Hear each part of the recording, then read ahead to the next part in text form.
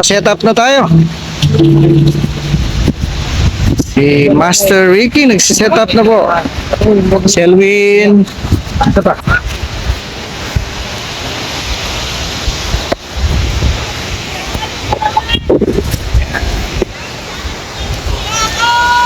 Ito po yung tent. O yan. Buwan-buwan. Ayan po. Ito po yung sa akin. Ayan po yung kubo namin. Ayan.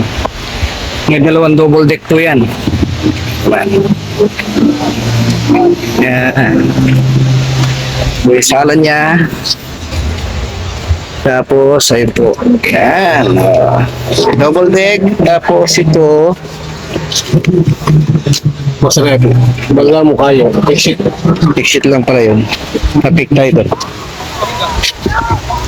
Ayan. So, talagang niya man na beauty palang ulunan.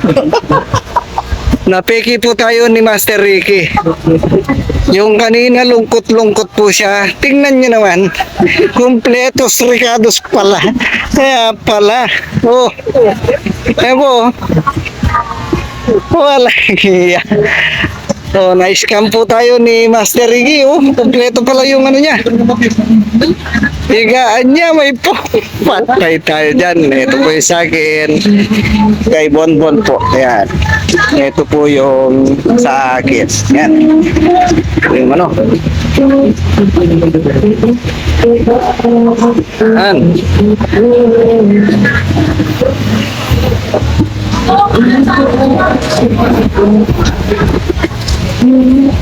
Ayan po yung entrance.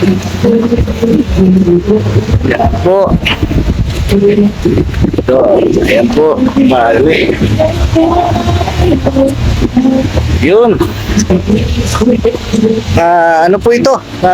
Dito po sa Dagupan. RL. Place. Dagupan po. Napakabait po ang mga may-ari nito. Ayan.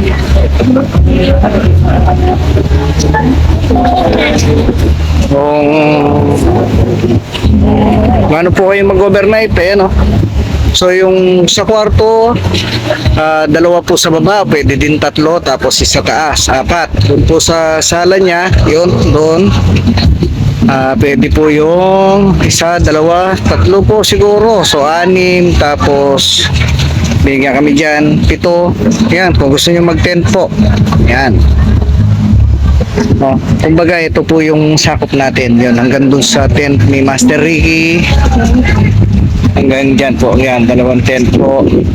Tapos yan, sa atin. May mesa, ilaw, ito po, mga upuan.